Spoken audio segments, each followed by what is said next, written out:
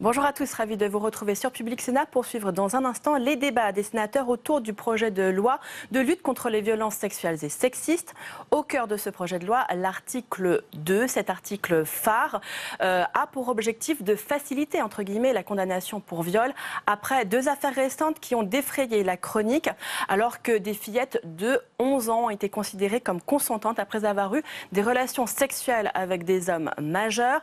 Ce projet de loi et cet article 2 étaient là pour pouvoir gérer ce type de situation. Mais voilà, sa rédaction n'a pas satisfait tout le monde, loin de là. Au cœur des controverses, c'est bien la distinction de l'atteinte sexuelle avec pénétration. C'était une atteinte sexuelle avec pénétration qui faisait l'objet d'une peine aggravée, mais beaucoup d'associations ont craint que cela puisse faciliter la requalification de viol, c'est-à-dire de crime, en délit en atteinte sexuelle avec pénétration. Elles ont d'ailleurs été suivies par la commission des lois du Sénat, mais vous allez voir également par le gouvernement hier. Après plusieurs mois à défendre cette rédaction de l'article 2, Nicole Belloubet, mais aussi Marlène Schiappa, ont finalement renoncé à cette distinction. Retour donc au débat dans l'hémicycle. Dans la discussion des articles, nous sommes parvenus à l'amendement numéro 129 au sein de l'article 2. Et donc nous avons 2 amendements faisant l'objet d'une discussion commune, le 129 présenté par le gouvernement, puis le 23 rectifié présenté par Madame de La Gontrie. Madame la ministre, laquelle d'entre vous? Madame Belloubet. Madame la Présidente, Mesdames les sénatrices, Messieurs les sénateurs, si vous me le permettez, je souhaiterais revenir en présentant l'amendement numéro 129. Je souhaiterais revenir un instant sur le débat qui a été conduit dans l'hémicycle tout à l'heure. C'est un débat qui, me semble-t-il, mérite éminemment le respect pour celles et ceux qui, parmi vous, ont pris la parole, car on a bien mesuré l'intérêt que nous partagions tous pour, évidemment, lutter contre ces crimes de viol commis à l'égard des enfants. Je souhaiterais néanmoins, avant l'examen des amendements, rappeler en quelques mots la position du gouvernement. Et si je le fais maintenant, c'est parce que précisément l'amendement 129 va vous proposer de rétablir une disposition interprétative telle que le gouvernement l'avait proposée à l'Assemblée nationale et telle qu'elle avait été adoptée par l'Assemblée nationale. La position du gouvernement se résume en 3 points.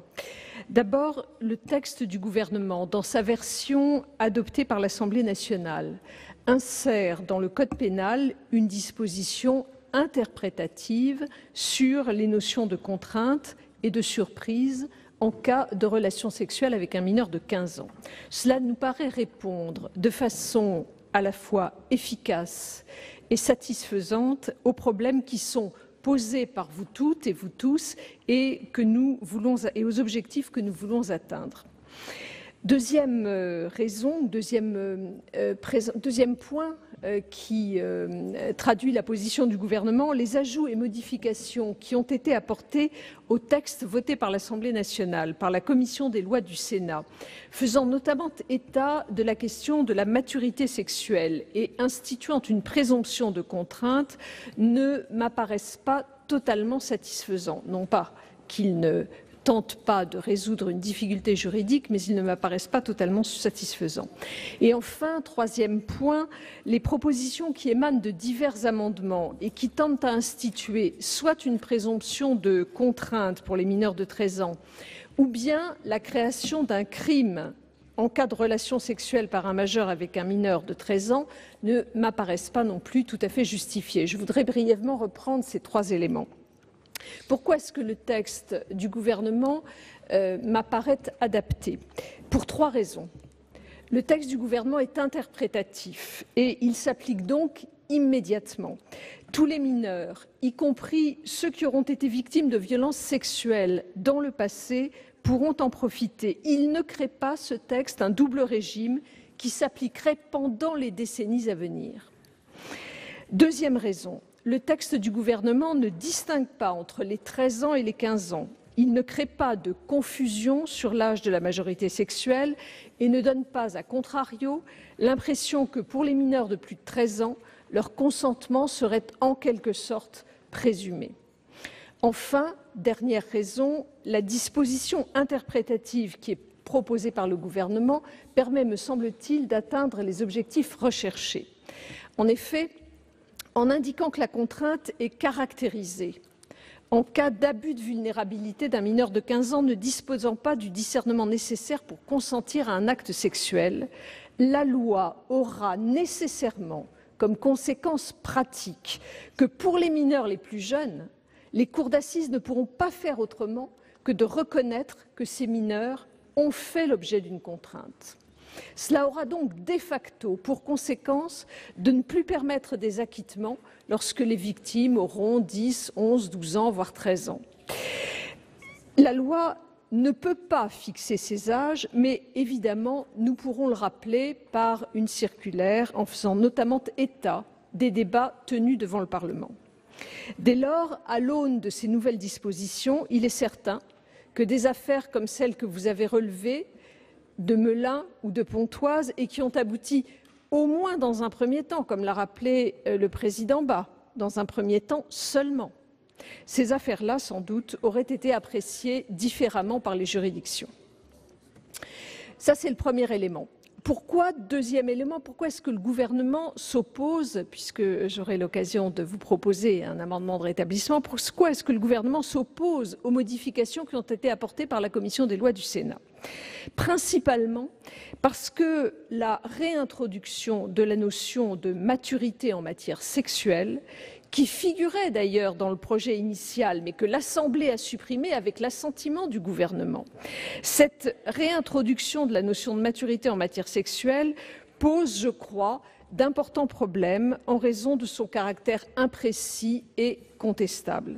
Ce qui compte, c'est, me semble-t-il, uniquement la question du discernement du mineur. Ensuite, deuxième raison, parce que l'ajout d'une présomption simple de contrainte dans certaines hypothèses soulève des difficultés, me semble-t-il, relativement importantes. Certes, il ne s'agit que d'une présomption simple, ce qui est évidemment le minimum que l'on puisse faire, Monsieur le Président Bas l'a dit et Madame la rapporteure aussi. Mais comme l'a indiqué le Conseil d'État, ces difficultés sont de nature constitutionnelle et conventionnelle. Instituer une présomption de culpabilité, même simple, en matière criminelle, paraît porter une atteinte puissante au principe de la présomption d'innocence qui a été si bien rappelé tout à l'heure par le président de la commission des lois. Pourquoi enfin, dernier point, les amendements créant un nouveau crime de violence sexuelle sur mineurs de 13 ans ne me paraissent pas juridiquement acceptables? Et j'insiste sur le mot juridiquement, car, je vous le confesse, j'ai moi-même beaucoup évolué sur la position que nous défendons devant vous, et il m'est arrivé d'avoir esquissé des propositions qui étaient assez proches des vôtres. Mais il me paraît que ce n'est pas juridiquement acceptable. Pourquoi? Parce que tout d'abord, si l'on considère qu'il s'agit d'un crime purement formel, c'est-à-dire d'un crime où on ne s'interroge pas sur l'intention de l'auteur, cela pourrait porter atteinte aux exigences constitutionnelles et conventionnelle. Parce que ensuite, un tel crime ne s'appliquerait que pour le futur. Deux victimes, voyant leurs affaires jugées le même jour par une cour d'assises, que ce soit dans 18 mois, dans 20 ans ou dans 30 ans, ce que permettent aujourd'hui nos règles de prescription que nous avons adoptées, l'une pour des faits qui auraient été commis avant la loi et l'autre pour des faits commis après, verront les accusés jugés sur le fondement de textes différents. Comment l'opinion publique pourrait-elle accepter ou comprendre, et les victimes elles-mêmes, comment pourraient-elles comprendre une telle différence de traitement? Parce qu'enfin, en retenant un seuil de 13 ans, ce crime aura nécessairement, même si ce n'est pas l'intention recherchée, pour conséquence de fragiliser la situation des 13-15 ans. La défense de l'accusé soutiendra que le législateur lui-même considère qu'un mineur de plus de 13 ans pourrait consentir à une relation sexuelle. De facto, on créerait ainsi une forme d'a contrario qui pourrait induire une présomption de consentement. Là encore, comment l'opinion dans son ensemble, et les jurés en particulier, ne seraient pas sensibles à un tel raisonnement.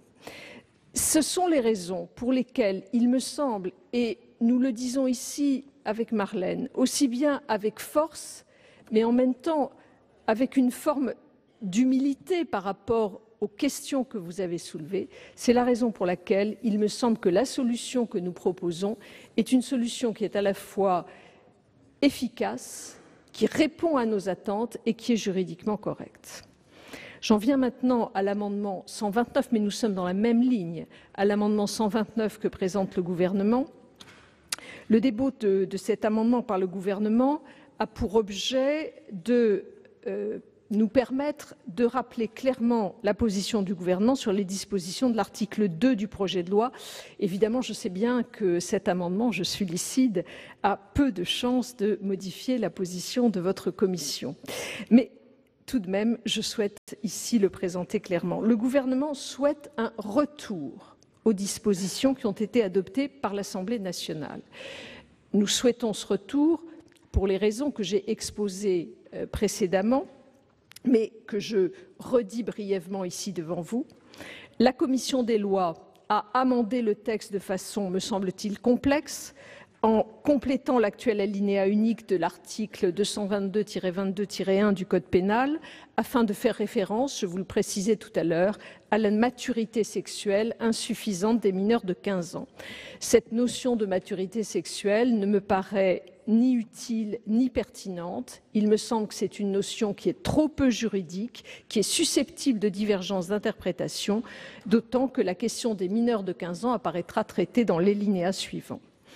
Il paraît par ailleurs justifié de maintenir la rédaction de la disposition interprétative, je reviens sur le mot, selon laquelle, lorsque les faits sont commis sur la personne d'un mineur de 15 ans, la contrainte morale ou la surprise qui sont mentionnées sont caractérisées par l'abus de vulnérabilité de la victime, ne disposant pas du discernement nécessaire pour consentir à ces actes. D'une part, dès lors qu'il y a abus de vulnérabilité et absence de discernement, la contrainte ou la surprise sont nécessairement caractérisées. Écrire, comme l'a fait la commission des lois du Sénat, qu'elles peuvent être, je mets peuvent être entre guillemets, caractérisées, me semble-t-il, serait source d'ambiguïté. D'autre part, il me semble préférable de préciser qu'il s'agit du discernement nécessaire pour consentir à un acte sexuel et non pas du discernement dans l'absolu. Cette formulation protège mieux le mineur puisque celui-ci peut avoir un discernement suffisant dans d'autres domaines et je crois que c'est important évidemment d'aboutir à cette précision. Pour l'ensemble de ces raisons, donc, nous avons souhaité déposer l'amendement 129 dont j'espère vous tiendrez le plus grand compte. Merci Madame la Ministre. Je donne la parole à Madame de La Gontrie pour le 23. C'est vous, Madame de La Gontrie, pour le 23 rectifié. Il est en discussion commune. Non, c'est Madame Préville. Merci. Merci Madame la Présidente, Mesdames les ministres, mes chers collègues. Les nombreux travaux menés par le Haut Conseil à l'égalité entre les femmes et les hommes, les délégations aux droits des femmes des deux assemblées en concertation avec les associations de victimes, de lutte contre les violences sexuelles et de protection de l'enfance soulignent avec force que les termes « maturité sexuelle suffisante » sont à proscrire. L'emploi du terme « maturité » au sein de l'article 2 du projet de loi avait d'ailleurs été écarté par l'Assemblée nationale lors de l'examen du texte. En effet, en admettant de manière implicite que la maturité sexuelle d'une mineure de moins de 15 ans puisse être suffisante, cette rédaction affaiblit significativement la portée de l'appréciation de la notion de contrainte qu'elle se propose pourtant d'amplifier. Elle implique qu'une maturité sexuelle suffisante d'une enfant ou d'une adolescente de moins de 15 ans pourra être invoquée par la défense afin de nier la responsabilité d'un adulte dans le cadre d'un viol ou d'une agression sexuelle. Cette terminologie renforce donc la probabilité pour les auteurs présumés d'infractions à caractère sexuel sur mineurs de 15 ans d'être acquittés ou de voir leur peine réduite bien en deçà de l'infraction commise. Peut-être pour être on ne peut plus clair, nous considérons que les arguments selon lesquels elle a l'air d'avoir 16 ans, elle a essayé de me séduire par son comportement, elle porte des tenues courtes, elle prend des selfies dans des positions suggestives, etc., s'ils sont bel et bien légitimes du point de vue du défendeur et de la garantie des principes des droits de la défense, doivent être combattus sur le terrain politique et faire l'objet d'une condamnation sociale forte. Cette condamnation sociale, qui s'est fortement exprimée lors des affaires de Pontoise et de Melun, doit être encouragée et non pas piétinée par le fait d'insérer dans le code pénal l'existence d'une maturité sexuelle suffisante des mineurs des mineurs de 15 ans. Merci. Merci, chers collègues. L'avis de la rapporteure, Madame Mercier. Madame la rapporteure. Enfin, il me semble que les deux se disent. Mais comme c'est Monsieur Bas, c'est même pas Monsieur le rapporteur, c'est Monsieur le Président. Oui, nous en avons longuement délibéré avec Marie Mercier et je vais donc, en notre nom à tous deux, vous expliquer notre point de vue. Je sais bien que cette matière est vraiment difficile et en réalité on se rend compte qu'elle est compliquée. Là, il ne s'agit pas de la principale innovation de la Commission des lois. La principale innovation de la Commission des lois, c'est de dire, puisqu'on ne peut pas faire la présomption irréfragable, faisons au moins la présomption simple. Ça va venir tout à l'heure, on en discutera dans un instant. Pour l'instant, on parle de ce qu'est un viol. Il faut bien que le droit définisse ce qu'est le viol pour qu'il puisse y avoir des condamnations pour viol. Depuis 2010, nous avons un article 222.1 qui dit, dans ce qui permet de caractériser un viol, il y a la contrainte. Elle peut être physique ou morale. Quand elle est morale, qu'est-ce que c'est donc que la contrainte morale? Alors, pour aider le juge, le législateur en 2010 a dit, c'est simple, la contrainte morale, elle peut résulter d'une différence d'âge, combinée à l'exercice d'une autorité de droit ou de fait que l'agresseur exerce sur la victime. Mais il faut les deux. Pas l'un ou l'autre, hein, mais les deux. Alors nous, dans un premier temps, nous nous sommes dit, pour que ce soit plus facile que le juge reconnaisse qu'il y a une contrainte morale et puisse condamner pour viol, au lieu d'avoir les deux obligatoirement, pour caractériser la contrainte morale, nous allons lui dire, monsieur le juge, il suffit qu'un des deux éléments, l'autorité sur la victime ou bien la différence d'âge, soit présent dans l'affaire que vous avez à juger. Et si un de ces deux éléments est présent, vous pourrez estimer qu'il y a vraiment une contrainte morale. Et ça, c'est pas seulement pour les mineurs, c'est pour tous les viols, à tous les âges de la vie. Bon. Évidemment, on peut se dire, on a peut-être eu tort en 2010 de mettre dans la loi pénale des éléments qui sont d'ordre interprétatif. Moi, tout à l'heure, assez clairement, je me suis exprimé contre ce procédé. Mais à partir du moment où il y en a déjà, autant qu'il soit clair. Et c'est la raison pour laquelle la Commission des lois a souhaité procéder de cette manière. Et puis nous nous sommes dit, il y a ça, mais il faudrait quand même qu'on s'occupe aussi des mineurs, c'est l'objet principal de notre texte de loi. Et toujours dans le cadre du viol, on a voulu que pour des mineurs, c'est comme l'âge de la majorité sexuelle est fixé depuis longtemps à 15 ans, on a voulu que des mineurs de moins de 15 ans, mais nous ne pensions pas à des mineurs tout jeunes, parce que quand nous avons pensé aux mineurs vraiment tout jeunes, nous avons pensé à l'autre disposition dont j'ai parlé tout à l'heure, celle de la présomption simple, pas irréfragable certes, mais la présomption simple de contrainte morale caractérisant le viol qui change la charge de la preuve. Ça, c'est pour les petits. Mais nous avons quand même affaire à des grands adolescents et nous ne savons pas en moyenne quelle est leur vie sexuelle, mais nous commençons à arriver à un âge où il y a une sexualité avec une pratique qui diffère d'un adolescent à l'autre. Et c'est ce que nous avons voulu exprimer par la notion de maturité sexuelle en disant, bien sûr, la contrainte morale va être présumée quand la victime a moins de 15 ans, mais sauf s'il est établi que cette jeune victime a déjà une vie sexuelle harmonieuse et épanouie, parce qu'on ne pourra pas dire à ce moment-là que c'est à l'insu des conséquences de ses actes qu'il y a eu une relation sexuelle. Ça ne veut pas dire qu'il n'y aura pas eu de viol, mais ça veut dire que il y a une appréciation du juge. Alors, moi, je dis, je comprends bien l'appréciation du juge dans certains cas. Et j'entends bien ce que disent une partie des associations. On dit, ben non, je ne veux pas de juge. Moi, le juge, je veux qu'il se comporte comme un greffier. J'ai dit tout à l'heure un robot pour essayer de pousser l'analogie au plus loin. Et on préfère le jugement automatique au jugement humain. Mais moi je dis, dans un pays, il n'y a pas de bonne régulation par les tribunaux si on substitue le jugement automatique au jugement humain tout de même. Donc il s'agit ici uniquement d'une aide qui permet au juge d'avoir des références. Il reste d'ailleurs libre de décider qu'il y a eu contrainte morale ou pas. Alors, nous ne voulons pas revenir au texte du gouvernement. Madame la garde des Sceaux, je vous ai vraiment écouté avec beaucoup d'attention.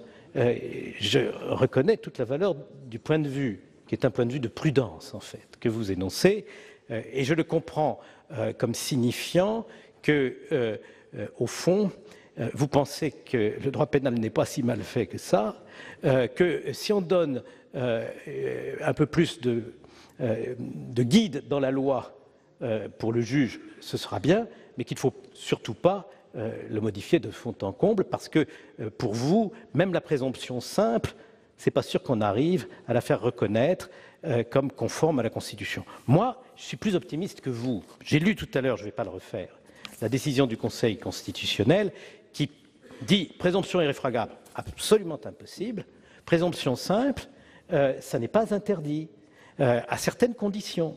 Nous pensons que les conditions sont réunies. Mais au fond, parfois, chers collègues, vous nous dites à Marie Mercier et à moi-même qu'on fait trop de droit. Mais je tiens à vous dire que nous prenons des risques, nous aussi, vis-à-vis du droit.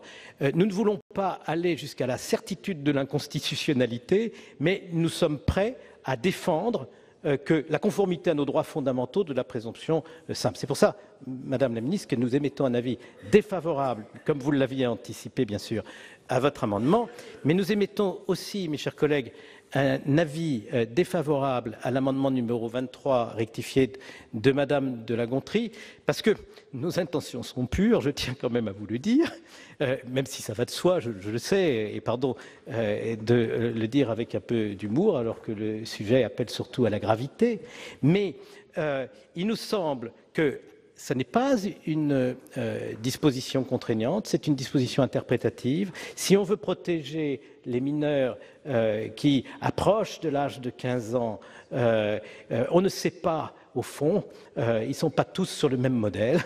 Il y a des cas où il n'y aura réellement pas eu de contrainte, et il y a des cas où il y en aura eu une. Il faut quand même que le juge ait la capacité d'examiner individuellement chaque affaire en fonction de la réalité de la situation qui lui est soumise. Je vous en conjure, faisons quand même confiance au juge à partir du moment où nous avons une loi qui est suffisamment précise. Je remercie la présidente de la séance de m'avoir permis de développer cette argumentation. Je m'excuse auprès de vous si vous est apparu qu'elle était trop juridique, mais je ne peux pas m'empêcher de faire du droit puisque nous faisons la loi, d'une part, et d'autre part, je voudrais qu'on fasse du droit pour trouver la formule qui protège le mieux nos enfants. Je crois que c'est vraiment ce qui nous unit sur tous les bancs. Moi, j'ai la conviction profonde que ce que nous vous proposons donne aux juges les armes nécessaires pour protéger nos enfants, beaucoup mieux que les autres formules, parce qu'il y a une formule qui ne pourra pas prospérer et qui reviendra à avoir fait ce que je crois être un coup d'épée dans l'eau. Et il y a une formule basse, Madame le Ministre, si je peux me permettre cette expression, prudente, mais qui ne constitue pas un pas en avant fort avec une modification de la charge de la preuve pour que le coupable puisse être plus facilement condamné et que la victime ne voit pas peser sur elle une contribution à la démonstration de la culpabilité de son agresseur qui la conduirait à devoir se justifier, ce qui n'est vraiment pas l'état d'esprit convenable pour punir les agresseurs de mineurs. Merci, Monsieur le Président. Je donne la parole maintenant au gouvernement pour donner son avis sur l'amendement 23 rectifié. Oui, Madame la Présidente, Madame la Sénatrice, j'émets un avis défavorable sur votre amendement parce qu'en fait, bien sûr, le texte de la Commission, avec lequel je n'étais pas d'accord, mais dont je comprends bien qu'il sera adopté, dit, enfin, je le crains, dit « La contrainte peut résulter de ce que la victime mineure était âgée de moins de 15 ans et ne disposait pas de la maturité sexuelle suffisante ». Vous proposez de supprimer la notion de maturité sexuelle. Donc si on enlève, si je comprends bien, donc si on enlève la fin de la phrase, ça revient à affirmer dans le texte de la Commission que la simple minorité de 15 ans caractérisera la contrainte, donc le viol ou l'agression sexuelle, sans appréciation in concreto par le juge. Ça me semble évidemment excessif et il me semble que c'est uniquement si le mineur de 15 ans n'a pas le discernement suffisant qu'alors on pourrait parler de viol. C'est la raison pour laquelle j'émets un avis défavorable sur votre amendement. Madame de La Gontrie.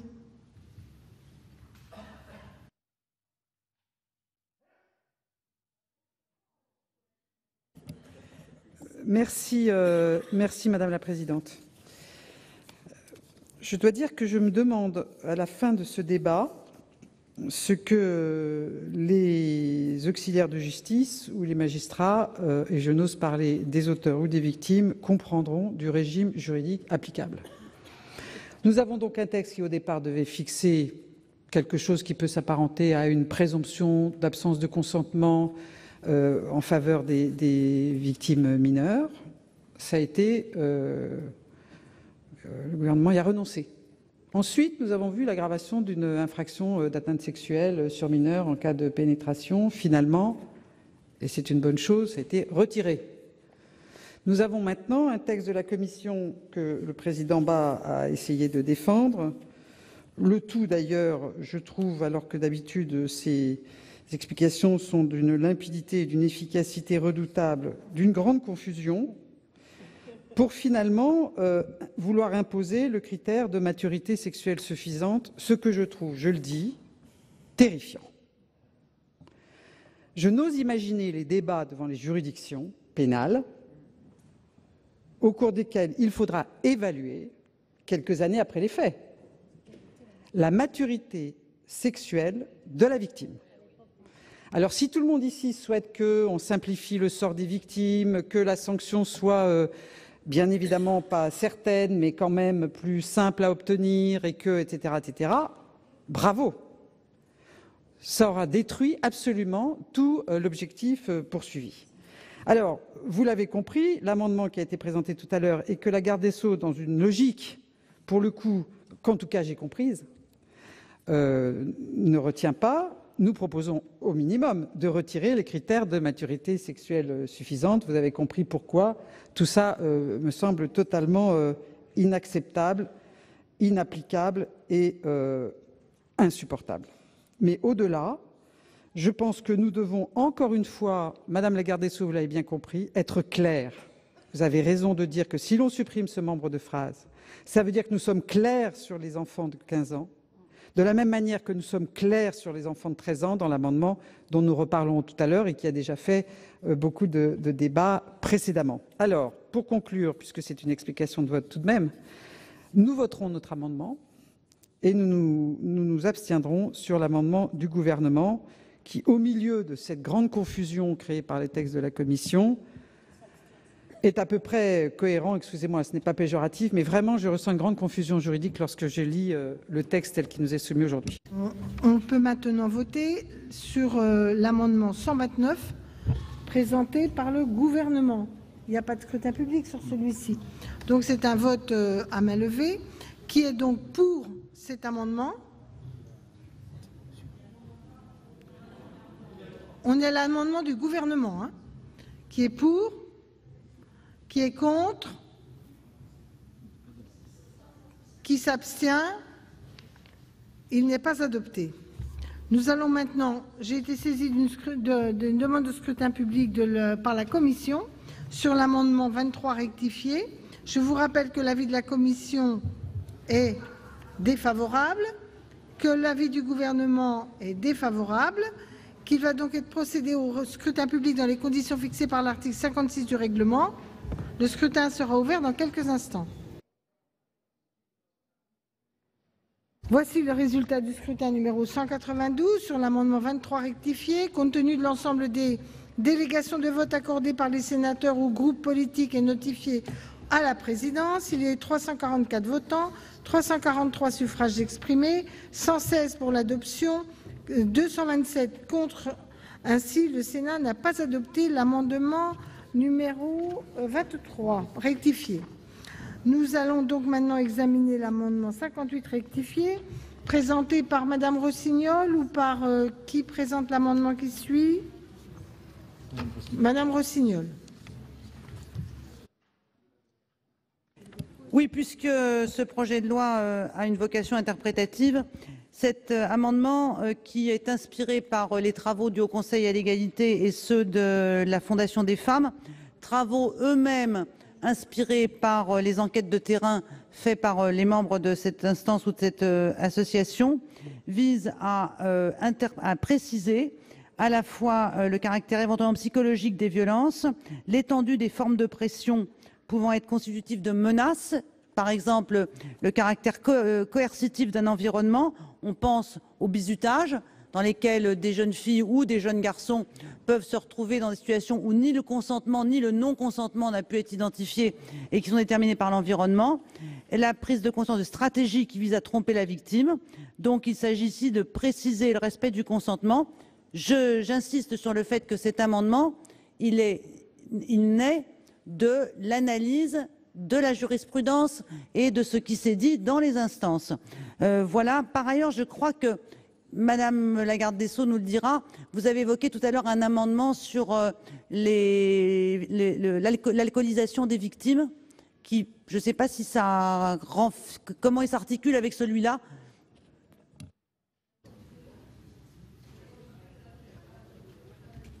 Attendez, Madame la Ministre, je vous propose que quand vous réagirez, voilà. Donc Madame Rossignol ayant présenté son amendement, qui intervient pour la commission? Monsieur le Président, Madame la rapporteure. Madame la rapporteure. Bien, cet amendement vise à inscrire dans la loi des clarifications concernant les éléments constitutifs des agressions sexuelles et notamment de viol, mais il est mal rédigé.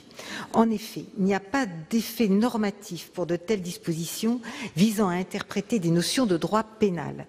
La jurisprudence n'a d'ailleurs pas besoin de ces précisions. L'analyse de la jurisprudence récente démontre bien la prise en compte des violences psychologiques par les juridictions, par exemple.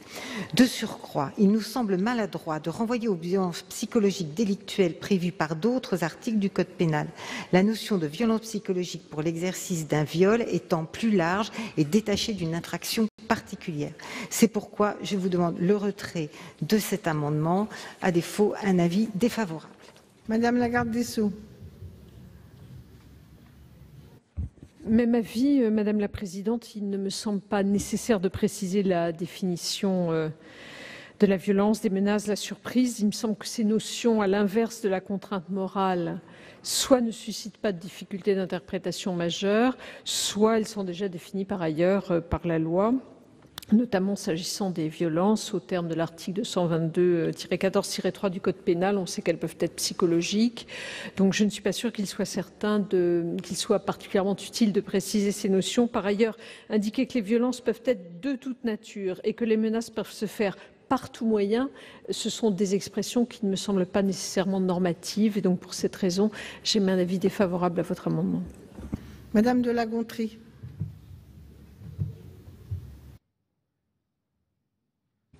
Merci Madame la Présidente. Alors, moi j'ai un problème parce que j'essaye de comprendre. J'ai bien écouté le Président Bas nous expliquer il y a quelques minutes, concernant la rédaction de l'article 2, dans un long développement, que la formulation sur la contrainte morale qu'il préconisait et qui avait été retenue par la Commission des lois n'était pas normative, plutôt interprétative, que si l'on pouvait estimer qu'effectivement ce n'était pas idéal, pour autant la règle de droit était désormais celle-ci et qu'elle était utile car elle permettait de mieux protéger les victimes. Je résume. À l'instant, mon groupe, présenté par notre collègue Rossignol, appliquant ce précepte, défend l'amendement concernant la violence. Et la rapporteure nous explique que ce n'est pas normatif, c'est interprétatif et que du coup ça ne peut pas être. Alors là, moi je ne sais plus Ça veut dire que ce qui est possible pour la contrainte morale ne serait pas pour la violence? Est-ce que ce n'est pas normatif? Ou parce que ce ne serait qu'interprétatif? Mais pourquoi dans ce cas-là peut-on interpréter la notion de contrainte et pas celle de violence? C'est parce que c'est nous qui le proposons. Tout ça pour dire que je pense qu'il y a un problème, que pour autant nous enrichissons et nous permettons une meilleure interprétation de la part du juge de ce qu'est la violence, et qu'encore une fois, si l'on pense aux victimes, il est important de guider le juge vers cette interprétation. Donc, évidemment, je voterai l'amendement présenté par notre collègue Laurence Rossignol et mon groupe également. D'autres explications de vote? Non. Donc, je soumets au vote cet amendement avec 2 avis défavorables de la Commission et du Gouvernement. Qui est pour l'amendement 58 rectifié? Alors là, il faut compter. 1, 2, 3, 4, 5, 6, 7, 8, 9, 10, 11, 12, 13, 14, 15, 15, 16, 17, 18, 19, 21. 21. Qui est contre? 1, 2, 3, 4, 5, 6, 7,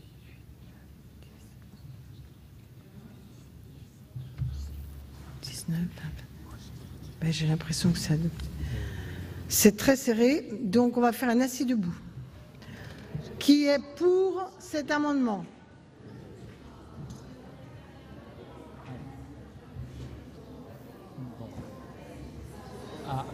Allez. 1, 2, 4, 5, 6, 7, 8, 9, 10, 11, 12, 13, 14, 15, 16, 17, 18, 19, 20. Qui est contre?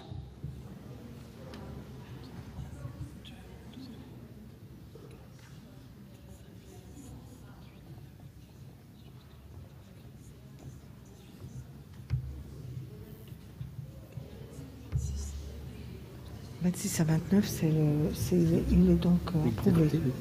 L'amendement est adopté. Le présent amendement consiste à insérer dans le Code pénal, dans la section relative à la mise en péril des mineurs, un article définissant le crime de pénétration sexuelle sur mineur de 13 ans par un adulte. Les critères de violence, menace, contrainte, surprise prévus par l'article 222-23 du Code pénal en matière de viol ne sont pas adaptés aux victimes les plus jeunes. Cette définition fait appel à une appréciation subjective du comportement de la victime qui encourage la défense à faire peser la responsabilité de l'agression sur la victime. Or, il revient aux adultes de protéger les enfants et non aux enfants de se garder des agressions dont les menacent certains prédateurs. Il est inacceptable qu'en raison de cette subjectivité inhérente à la définition pénale du viol, les mêmes faits dans des circonstances similaires peuvent être poursuivis pour viol ou pour atteinte sexuelle, leur auteur emprisonné ou acquitté, comme l'ont montré de récentes affaires. Il est essentiel que la loi affirme l'interdiction absolue d'un rapport sexuel entre un adulte et un enfant, la violation de l'interdit constituant un crime. Je rappelle que la solution consistant à créer un seuil d'âge pour marquer un interdit n'est pas sans précédent. L'atteinte sexuelle sur un mineur de moins de 15 ans, qui constitue un délit, est conçue comme une interdiction de toute relation sexuelle avec une personne majeure et non comme une présomption d'absence de consentement. L'atteinte sexuelle exclut donc les critères de menace, contrainte, violence ou surprise, ainsi que toute appréciation sur le consentement éventuel de la victime. La même logique pourrait s'appliquer pour les relations sexuelles avec un mineur de moins de 13 ans et un adulte. L'élément intentionnel de l'infraction résulterait de la pénétration sexuelle elle-même. Car posons-nous la question, peut-il y avoir des pénétrations sexuelles involontaires comme il y a des homicides involontaires? Il ne peut y avoir de pénétration sexuelle par hasard. Il résulterait aussi de la connaissance de l'âge de la victime par l'auteur des faits. Pour se défendre, celui-ci aurait la possibilité de prouver qu'il ne connaissait pas l'âge de la personne. Les droits de la défense seraient donc respectés. Je rappelle qu'il y a peu, cette Assemblée était largement hostile à l'allongement des délais de prescription. Aujourd'hui, ces dispositions font majoritairement consensus. Je ne doute pas qu'il en sera de même pour la fixation d'un seuil en deçà duquel un rapport sexuel entre une personne majeure et un enfant sera considéré comme un crime. D'ici là, combien d'entre eux devront en payer le prix? Je vous remercie. Merci, Madame Billon. Madame Laborde, même amendement. Merci Madame la Présidente. Oui, ces amendements ont été bien sûr discutés en délégation aux droits des femmes et comme nous n'avons pas le droit de les déposer au nom de la délégation, nous les posons par groupe politique. Donc, mêmes arguments. Je voudrais quand même juste rajouter qu'en outre, le seuil de 13 ans, comme le remarquait très justement le rapport présenté par Erwan Balanant et Marie-Pierre Rixain au nom de la délégation aux droits des femmes de l'Assemblée nationale, marque la limite indiscutable de l'enfance. Qui oserait décemment affirmer qu'en dessous de cet âge, un enfant, car il s'agit bien d'enfants, pourrait consentir à se faire pénétrer par un adulte? C'est vrai que ce soir, nos propos sont un peu... Bon. Pour reprendre les mots de Danielle Bousquet, présidente du HCE lors de son audition par la délégation aux droits des femmes, aucun enfant ne peut choisir en connaissance de cause d'avoir un rapport sexuel avec un adulte. Donc évidemment, à quel âge sommes-nous encore un enfant? Merci Madame Laborde.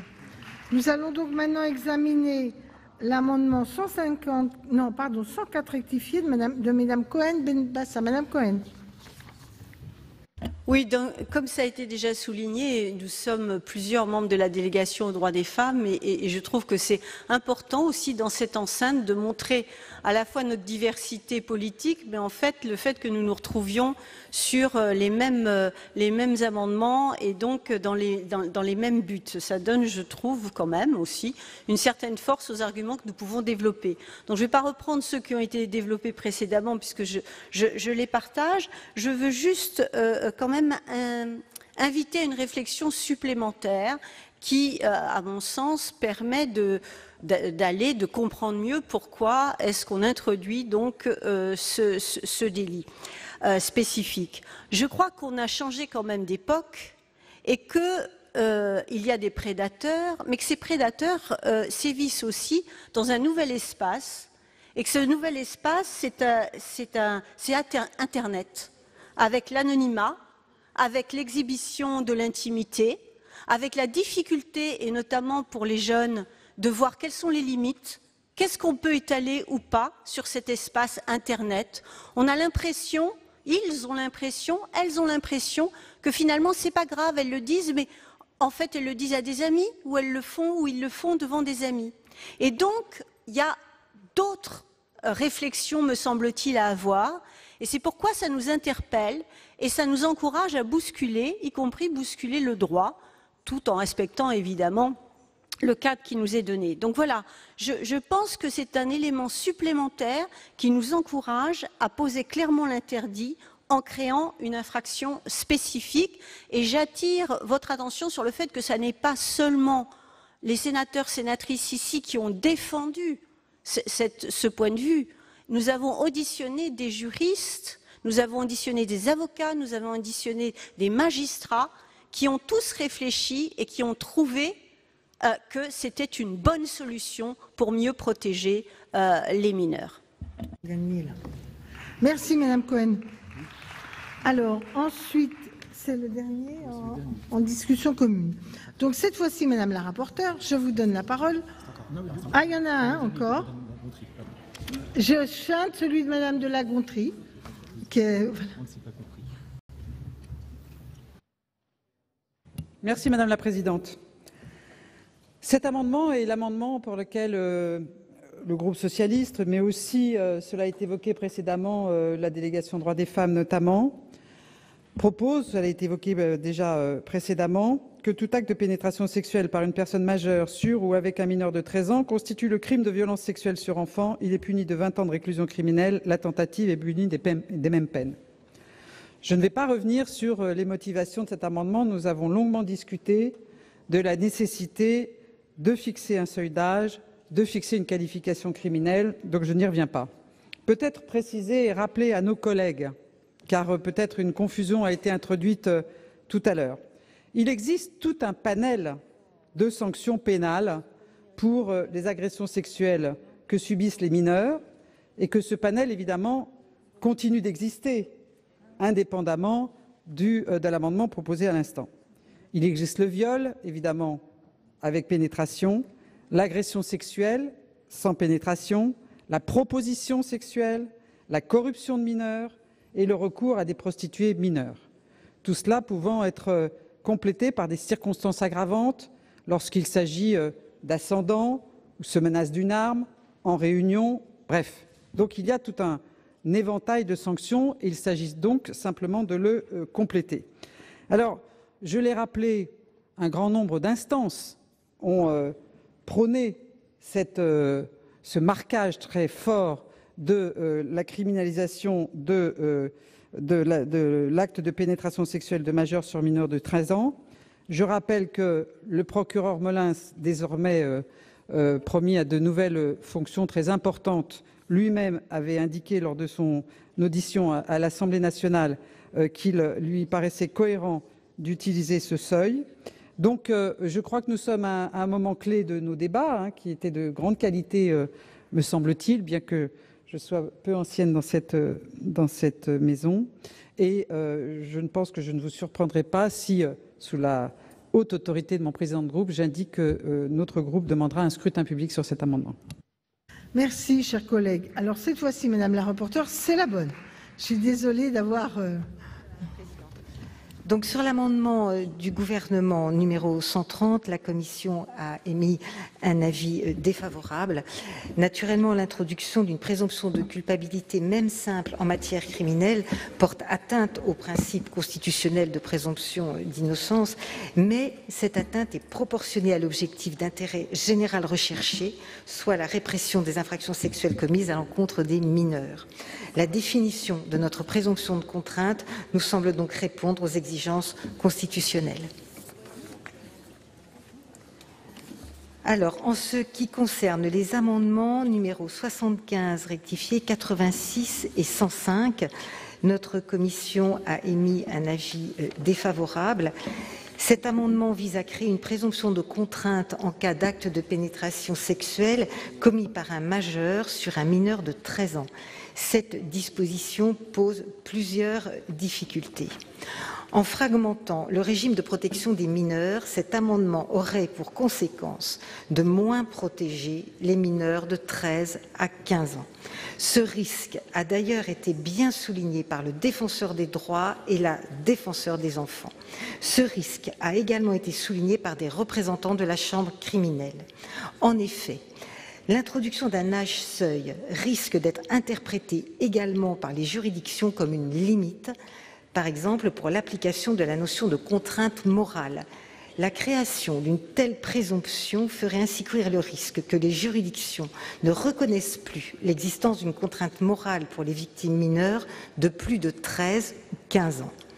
L'instauration d'une présomption de non-consentement en deçà de 13 ans instaurerait une zone grise quant à la répression pénale de ces comportements qui pourrait inciter à se reposer exclusivement sur la qualification pénale d'atteinte sexuelle et donc mobiliser insuffisamment la qualification pénale de viol. Or, telle n'est pas l'intention recherchée. Aujourd'hui, en raison de la majorité sexuelle fixée à 15 ans, les mineurs de 15 ans bénéficient d'une protection particulière. Les circonstances aggravantes dépendent également de la minorité de 15 ans. Introduire un deuxième seuil d'âge, c'est affaiblir le seuil des 15 ans. Mais si. Alors, maintenant, je vais vous parler des amendements 74 rectifié bis, 95 rectifié, 104 rectifié et 24 rectifié bis. L'avis de notre commission est un avis défavorable. Le Sénat s'est déjà prononcé sur cette question lors du vote de notre proposition de loi de Monsieur le Président Bas en mars dernier. La création d'un seuil d'âge de criminalisation paraît simple et évidente. Néanmoins, il est inopérant et contre-productif de fragmenter les régimes de protection des mineurs en fonction d'un seuil d'âge. Il est préférable de privilégier une appréciation concrète de chaque situation plutôt qu'une automaticité. La proposition de loi adoptée par le Sénat au mois de mars permet de protéger toutes les victimes mineures, quel que soit leur âge. L'introduction d'un seuil d'âge ne protégerait qu'une partie d'entre elles, comme on l'a déjà expliqué. Pourquoi retenir une telle solution qui est inégalitaire? Pourquoi faudrait-il, en matière de viol, fragmenter la protection des mineurs entre les moins de 13 ans et les 13 ans et plus, entre les 12 ans et 11 mois et les 13 ans et 1 jour? Il est injuste et inefficace de prévoir une protection accrue de certaines victimes en fonction seulement d'une date d'anniversaire et donc d'un seuil d'âge. Comme l'a souligné le rapport de la mission pluridisciplinaire, cette solution aurait pour effet de porter l'âge de la majorité sexuelle à 13 ans, alors qu'il est aujourd'hui fixé à 15 ans. Et ça, les prédateurs sexuels le savent très bien. Surtout, une telle disposition est manifestement contraire à la Constitution, et je fais mien les arguments de Madame le garde des Sceaux et du président Philippe Bas sur l'inconstitutionnalité d'une telle disposition. Aujourd'hui, au regard des enquêtes de sexualité qui sont réalisées en France, il est envisageable d'imaginer une adolescente de 12 ans et demi dans une relation librement consentie et amoureuse, j'en ai vu, avec un garçon de 17 ans et demi, même si c'est plutôt exceptionnel, ça existe, ça existe. Et la poursuite, je vais poursuivre mes propos, nous avons le même but, celui de protéger tous les enfants. La poursuite de cette relation au-delà de la majorité du partenaire plus âgé qualifierait automatiquement de crime et non pas de délit comme actuellement, un tel comportement. On ne peut pas accepter une telle injustice, c'est vraiment pas possible. Bon, chers collègues, l'avis du gouvernement. Merci Madame la Présidente. Je crains de me répéter puisque j'ai déjà donné les éléments les plus essentiels. Sur les amendements 75, 86 et 105 de Mesdames les sénatrices Billon, Laborde et Benbassa, j'émets un avis défavorable pour plusieurs raisons. Je ne reprends pas les exigences constitutionnelles et conventionnelles que j'ai eu l'occasion d'exposer devant vous. Je dis simplement qu'en matière criminelle, le principe de la présomption d'innocence paraît interdire la création de présomption, même simple, de culpabilité. Et le risque constitutionnel est évidemment encore plus grand si la présomption est irréfragable, ce qui ne résulte pas des textes proposés, mais qui apparaît dans les motifs correspondre aux intentions de leurs auteurs. Ensuite, pour des raisons pratiques, il me semble également que ces amendements méritent un avis défavorable.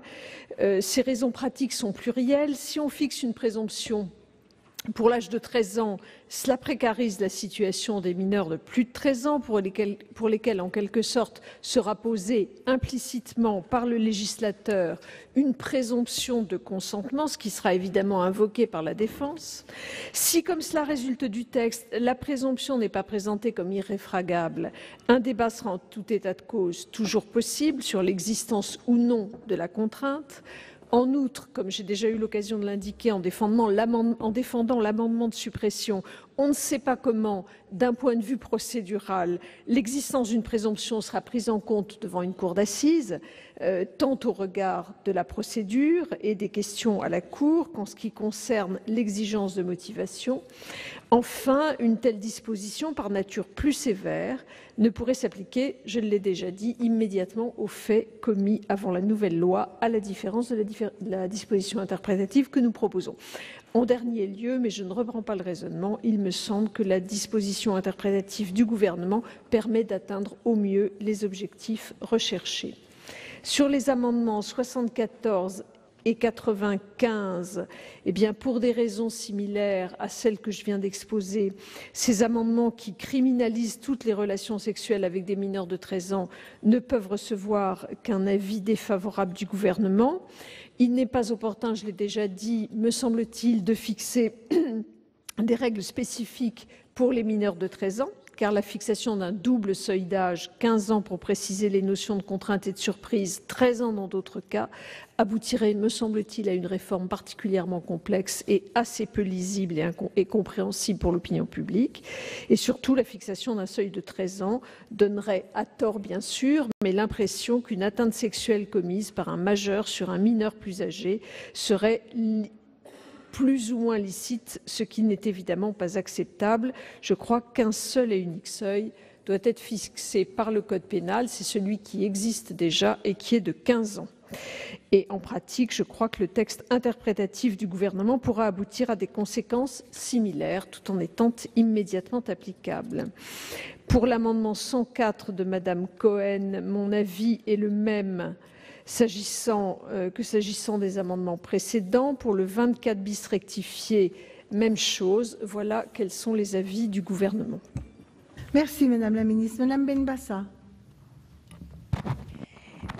Merci Madame la Présidente. Les amendements qui viennent d'être défendus, notamment par ma collègue Laurence Cohen, portent sur l'instauration d'un seuil d'âge de 13 ans en deçà duquel tout acte de pénétration sexuelle commis par un adulte serait un crime, passible de 20 ans de réclusion criminelle.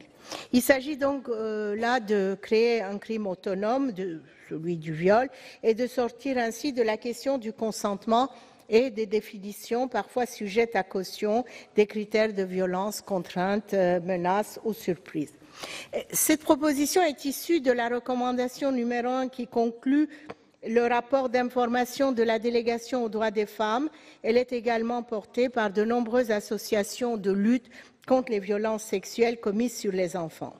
Malgré mon appréhension quand il s'agit de créer de nouvelles infractions, et mon aversion naturelle pour le mouvement qui conduit à l'instauration d'une justice d'exception créée selon la spécificité de certaines victimes, j'ai choisi d'être quand même cosignataire de cet amendement.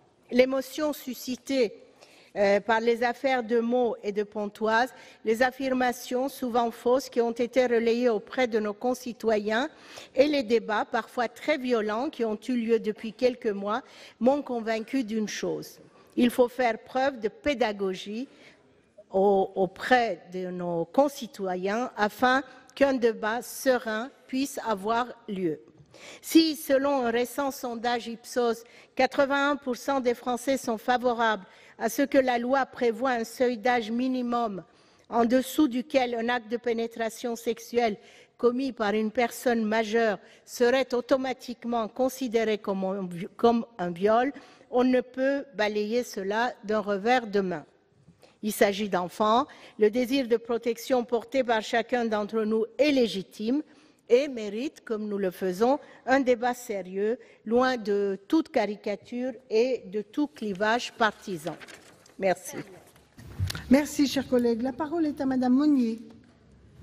Merci, Madame la Présidente. Mesdames les ministres, nous sommes bien tous d'accord ici pour dire que nos débats doivent permettre d'aboutir à un texte qui devra avant tout protéger les mineurs victimes de viol en fixant un interdit suffisamment fort qui serve à la fois à la pénalisation des auteurs et à la prévention.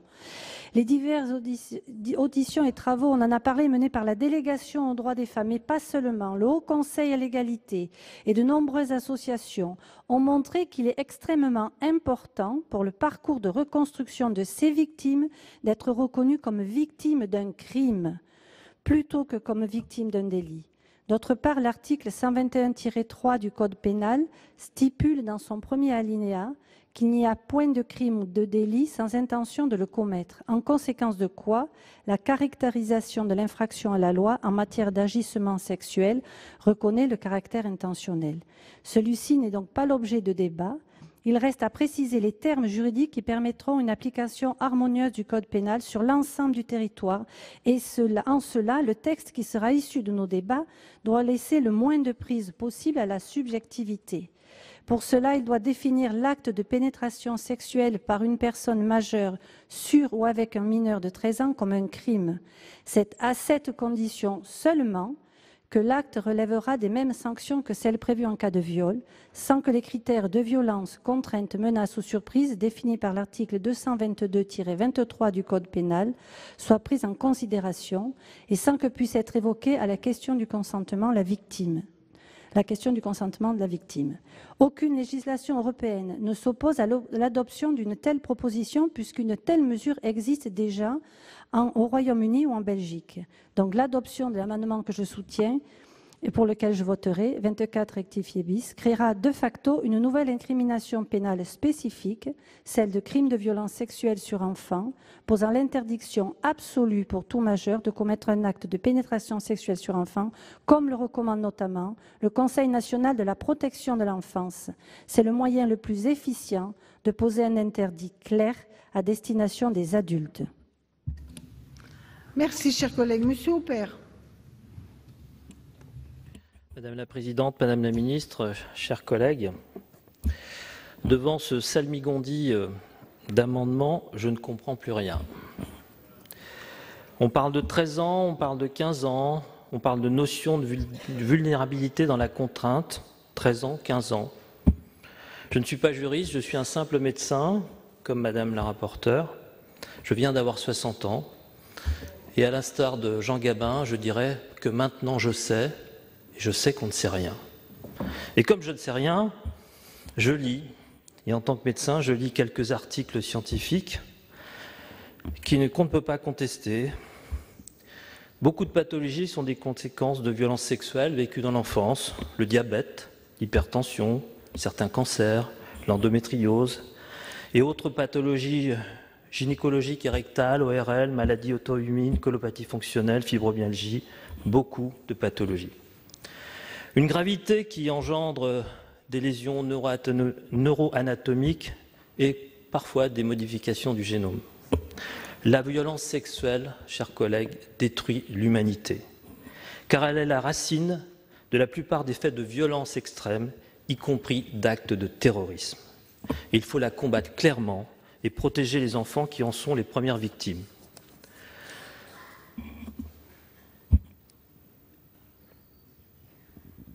Quand on parle de maturation sexuelle, je pense qu'il faut laisser une chance aux enfants. Et quand on sait que les études de neuroanatomie disent que la maturation du cerveau se termine à 30 ans, je vous demande, n'ayons pas trop tôt, n'ayons pas tort trop tôt et laissons une chance aux enfants de 15 ans. Merci. Merci, cher collègue. La parole est à Monsieur Pilet. Merci, Madame la Présidente. Depuis cet après-midi, je constate deux choses. Un, ça a été à multiples reprises dit, nous avons tous la même volonté, la même préoccupation, avec la même énergie. Il est heureux que ce soit dit, parce que si ce n'était pas dit ou si c'était dit autrement, avec quelquefois quelques bémols, ce serait non seulement illégitime, mais ce serait insupportable. La deuxième partie, c'est que nous avons, depuis le début de l'après-midi, deux discours, deux thèses, et que nous n'arrivons pas à nous entendre parce que je crains que nous n'ayons pas l'habitude, dans cet hémicycle, d'avoir la capacité de nous convaincre lorsque nous avons déjà nos idées préconçues. Deux thèses. Pourquoi je choisis, puisque c'est une explication de vote, pourquoi je choisis celle de la Commission? Parce que celle de la Commission permet, ça a été dit à de multiples reprises, et je ne reviendrai pas sur tous les éléments, d'avoir le même traitement protecteur que l'on ait 10 ans, 11 ans, 12 ans, 13 ans, 14 ans et jusqu'à 15 ans. Le même traitement protecteur et le même traitement aussi fort, aussi développé que pour l'enfant, le mineur de 13 ans. Voilà pourquoi je choisis cette thèse. Et aussi parce que la rédaction permet aux citoyens de comprendre. Alors, pourquoi avons-nous pas la même vision des choses? Moi, je crains que ça tienne au fait que nous ayons inconsciemment la peur du juge. nous voulons, certains, nous prémunir du juge. Eh bien non. Depuis le début de l'après-midi, nous parlons d'une situation dans laquelle il y a des poursuites, il y a des affaires devant les tribunaux. Les juges jugent, les juges sanctionnent avec aucune indulgence particulière lorsqu'elle n'est pas méritée. Et qui c'est les juges? C'est des juges professionnels, c'est des juges du tribunal correctionnel auxquels quelquefois l'avocat de la partie civile, c'est l'avocat de la victime, demande de juger l'affaire qui aurait pu être un viol pour ne pas aller devant la cour d'assises parce qu'il a certitude que devant le juge professionnel, il obtiendra une condamnation qu'il ne pourra pas ou qu'il risque de ne pas obtenir devant la cour d'assises. Qui sont les juges de la cour d'assises? C'est ceux qui nous élisent. Ont-ils moins de clairvoyance lorsqu'ils élisent leurs élus que lorsqu'ils jugent? Que craignez-vous de ces juges? Ce sont eux qui ont la totale légitimité. Et je parle par expérience. Tous les enfants, toutes les victimes pour lesquelles il y a eu une plainte de déposer, mais il y a eu des poursuites. Il y a eu des poursuites. Le seul problème aujourd'hui, c'est que nous n'avons pas parlé beaucoup de ce qui est le point fondamental. Heureusement, Madame la rapporteure a fait inscrire au tout début de notre texte un certain nombre d'orientations qui permettraient d'aller beaucoup plus loin. Parce que, allez, il ne faut tout de même pas que dans 3-4 ans, quand on fera le bilan de la loi... Merci, cher collègue. J'ai 2 secondes. Un petit peu, vous terminez. Que lorsque nous ferons le bilan de la loi, nous nous apercevions que même involontairement, nous avons uniquement démontré de la bonne conscience. Notre travail, c'est de faire en sorte que la parole soit libérée, et quand elle est libérée, nous n'avons plus besoin de prescription à 30 ans. Nous n'avons plus besoin des prescriptions et des positions que nous faisons. La justice rend la justice. Et c'est ça qu'il faut pour les victimes. Pas nécessairement des points qui ne sont pas, qui n'apporteront rien à la protection des mineurs. C'est la raison pour laquelle je choisis la solution la plus efficace. Merci, cher collègue. La parole est à Madame Cohen. Oui, je vais essayer, après mon collègue François Pillet, dont j'estime toujours très claires les explications qu'il donne, de dire pourquoi on peut réussir à cheminer ensemble. Effectivement, vous avez raison, il y a 2 thèses.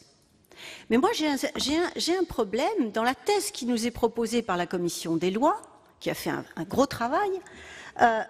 Moi, je trouve qu'il y a une difficulté, c'est-à-dire qu'on ne sort pas de la définition du viol qui impose violence, contrainte, menace, surprise.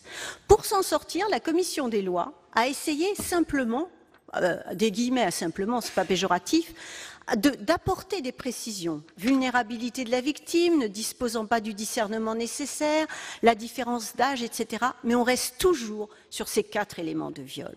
Et l'autre thèse, qui n'est pas à voir en opposition, mais plutôt dans une recherche de vraiment protéger les mineurs, c'est de dire qu'il faut donc avoir une infraction spécifique. Alors j'entends, Madame la garde des Sceaux, vous avez dit, oui, mais attention, irréfragabilité, la notion d'irréfragabilité apparaît à leur corps défendant, aux auteurs et aux autrices, donc des amendements créant une infraction spécifique dans les motifs qu'ils sont apportés.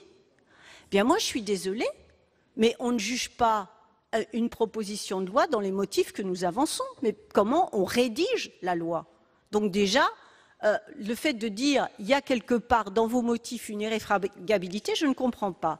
Deuxième chose, et deuxième élément, il semble que ce qui coince, pardonnez-moi pour cette expression un peu familière, un certain nombre de mes collègues et de nos collègues, c'est donc qu'il y ait 13 ans, 15 ans. Mais mes chers collègues, si vous estimez que 15 ans, c'est le seuil nécessaire, eh bien allons sur une infraction spécifique à 15 ans. Et comme ça, nous allons nous mettre d'accord et nous allons protéger les mineurs. Mais je pense que de dire qu'il y a 2 poids 2 mesures n'est pas juste. Et puis je vous rappellerai que si on reste sur notre logique de 13 ans, eh bien la loi s'applique après 13 ans et elle s'applique, vous l'avez souligné Madame la garde des Sceaux, avec un code pénal qui tout à coup ne vole pas en éclats. Donc ne créons pas des peurs ou des manquements là où il n'y en a pas. Monsieur Bigot.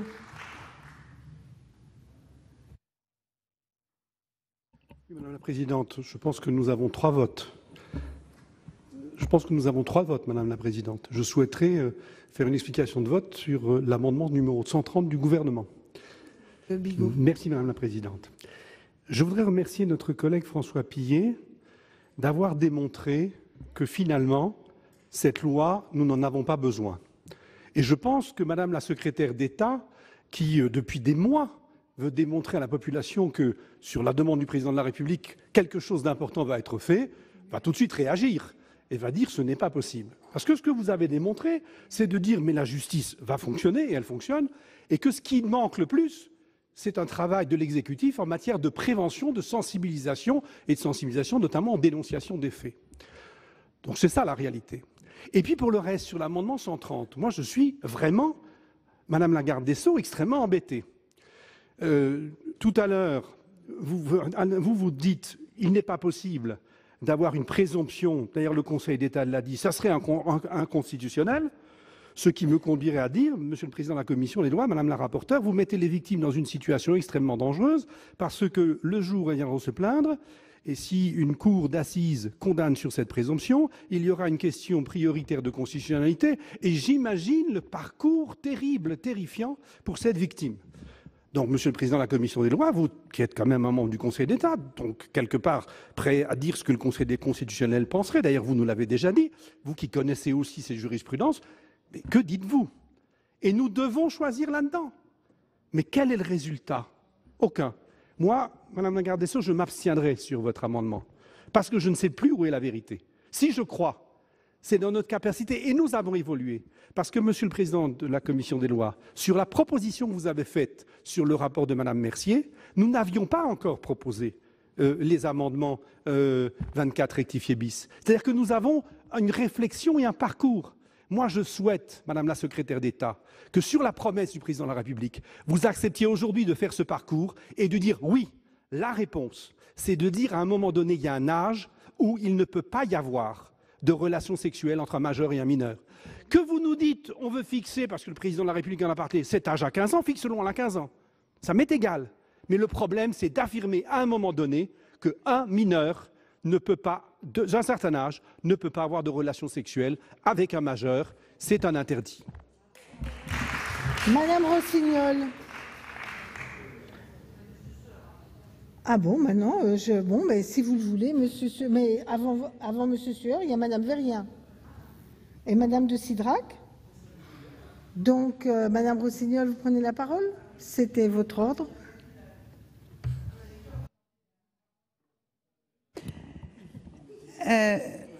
Bon, à cette étape, d'abord pour répondre à notre collègue Pillet qui cherche à ce que notre Assemblée progresse dans sa capacité à élaborer ensemble, je voudrais dire 2 choses. D'abord que cette Assemblée peut le faire, peut-être pas dans cette formation-là, dans des formations plus restreintes, mais c'est ce qui s'est passé à la délégation des droits des femmes. Nous avons adopté à l'unanimité des recommandations qui allaient dans le sens d'une incrimination spécifique pour un crime de violence sexuelle sur mineur.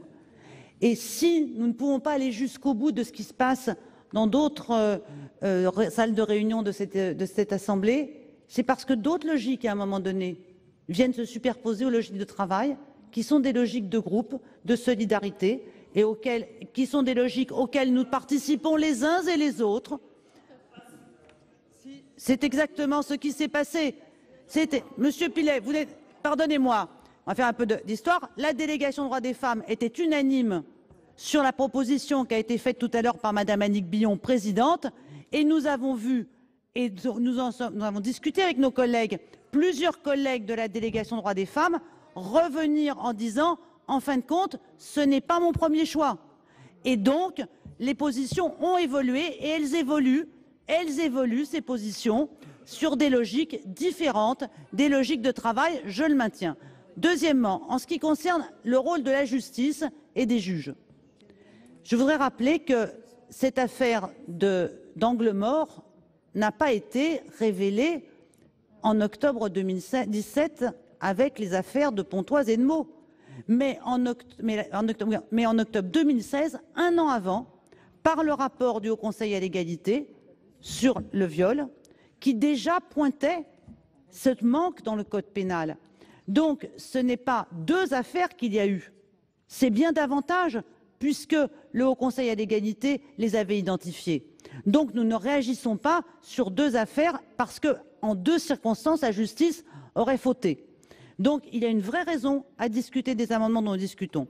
Je vous sais gré, Madame la garde des Sceaux, d'avoir dit tout à l'heure que dans les rédactions soumises à cet instant, la présomption n'apparaît pas.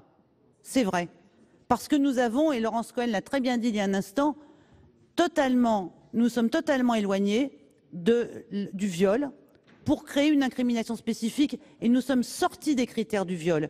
Et donc il n'y a pas de présomption.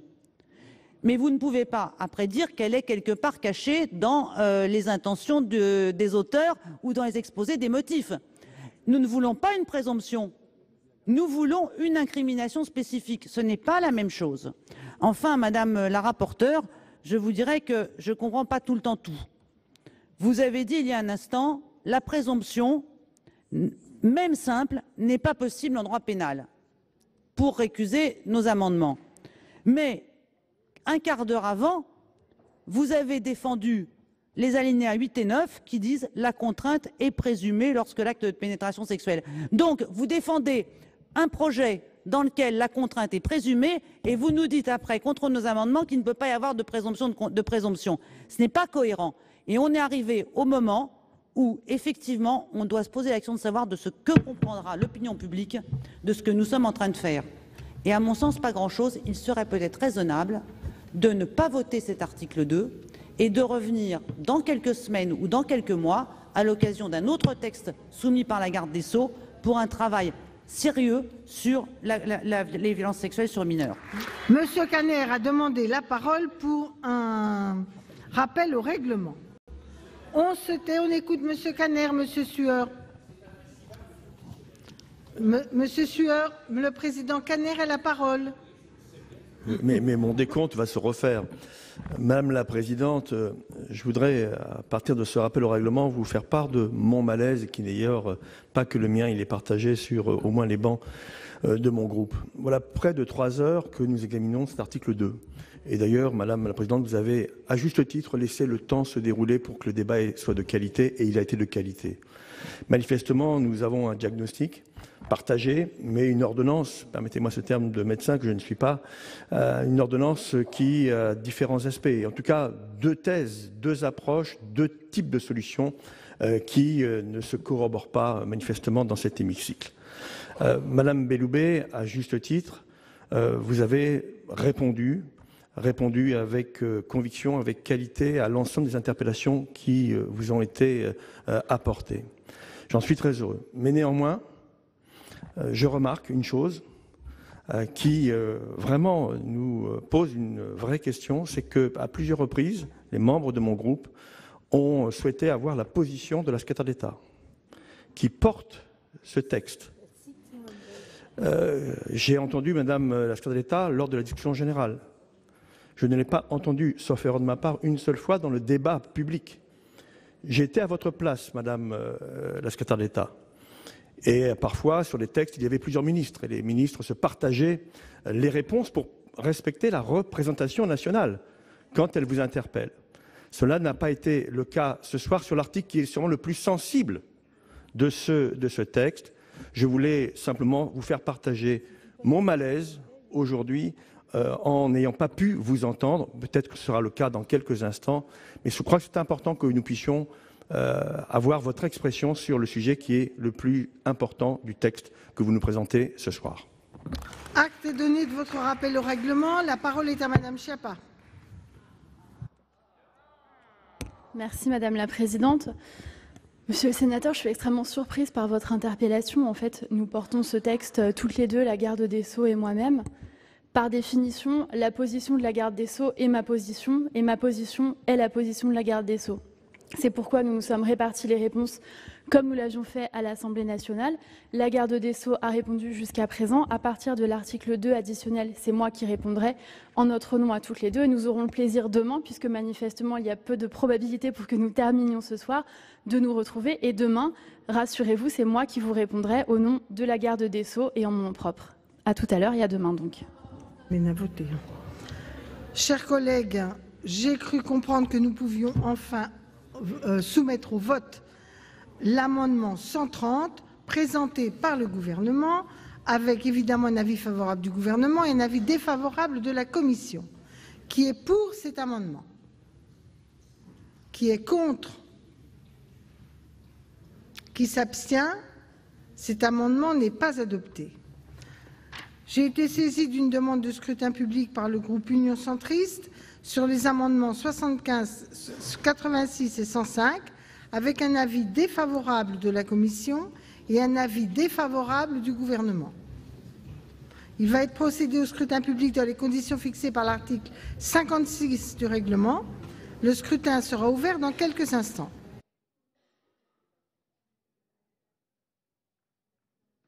Voici le résultat du scrutin numéro 193 sur l'amendement 75 rectifié bis. Compte tenu de l'ensemble des délégations de vote accordées par les sénateurs aux groupes politiques et notifiées à la présidence, 341 votants, 333 exprimés, 147 pour l'adoption, 186 contre. Le Sénat n'a pas adopté cet amendement. Ces trois amendements qui étaient identiques. Je soumets donc au vote les amendements suivants 74 et 95, et j'ai été saisie là aussi d'une demande de scrutin public par le groupe Union centriste avec deux avis défavorables. Il va être procédé au scrutin public dans les conditions de l'article 56 du règlement. Le scrutin sera ouvert dans quelques instants. C'est le résultat du scrutin 194, amendements 74 rectifié bis et 95 rectifié bis. Compte tenu de l'ensemble des délégations de vote accordées par les sénateurs ou groupes politiques et notifiées à la présidence, 341 votants, 333 exprimés, pour l'adoption 137, contre 196. Le Sénat n'a pas adopté ces amendements. Mesdames les ministres, mes chers collègues, il est minuit. Je vous propose de prolonger notre séance afin d'aller plus avant dans l'examen de ce texte. Nous pourrions aller jusqu'à minuit et demi. Et j'attire votre attention que l'idéal serait qu'on puisse terminer l'article 2. S'il n'y a pas d'observation, il en est ainsi décidé. Pas de souci. Donc nous prolongeons nos travaux et nous allons voter l'amendement 104 rectifié présenté par Mesdames Cohen, Benbassa et Pruneau. J'ai été saisie d'une demande de scrutin public par la commission sur cet amendement. Je vous rappelle les deux avis défavorables. Il va être procédé au scrutin public dans les conditions... Oui, Madame Cohen. Enfin, s'il n'y a pas d'opposition, mais je veux dire que ce sont les mêmes votes, puisque ce sont les mêmes articles. Si on est d'accord entre nous, peut-être qu'on peut s'éviter un vote public. J'ai volontiers fait cette proposition si telle n'avait pas été la demande de la Commission. Mais Monsieur le Président de la Commission, est-ce que vous vous rangez à l'avis de Madame Cohen de considérer que le vote sera le même?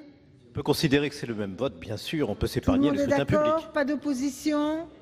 Je pense que raisonnablement... Non. Non, mais Monsieur Caner, c'est la Commission qui a demandé le vote si elle ne le demande plus. Ah là, on parle que de l'amendement. J'attire votre attention qu'on ne parle que de l'amendement 104 rectifié, Monsieur Caner.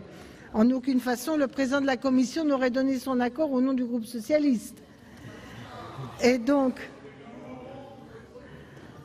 par contre, on considère qu'il est fait par le même vote. Et maintenant, nous allons donc examiner l'article 24 rectifié bis, l'amendement, rectifié bis, une demande de vote de scrutin public par le groupe socialiste et républicain. Vous maintenez votre demande, Monsieur le Président. Donc, je vous rappelle que la Commission est défavorable et l'avis du gouvernement aussi. Il va donc être procédé au scrutin public dans les conditions de l'article 56 du règlement. Le scrutin sera ouvert dans quelques instants. Voici le résultat du scrutin 195 sur l'amendement 24 rectifié bis. Compte tenu de l'ensemble des délégations de vote accordées par les sénateurs aux groupes politiques et notifiées à la présidence, 341 votants, 333 exprimés, 138 pour l'adoption, 195 contre. Le Sénat ne l'a pas adopté. Nous allons donc examiner maintenant l'amendement. D'abord, la parole est à Monsieur Arnaud de Belenet pour un rappel au règlement. Merci Madame la Présidente. Chers collègues, juste avant la succession de scrutins publics, un rappel au règlement a été demandé par le président du groupe socialiste. Une réponse a été apportée par la secrétaire d'État. J'admire sa sérénité et sa quiétude dans sa réponse. Parce que je trouve qu'il y a quelque chose de déconcertant à avoir un rappel au règlement qui n'a aucun lien avec le règlement, d'une part. C'est le rappel que je voulais faire. Mais d'autre part, au moment où l'on évoque les violences faites aux femmes, toute forme de violence, je trouve qu'il y a une certaine forme d'indécence, d'indélicatesse, de discourtoisie à mettre en cause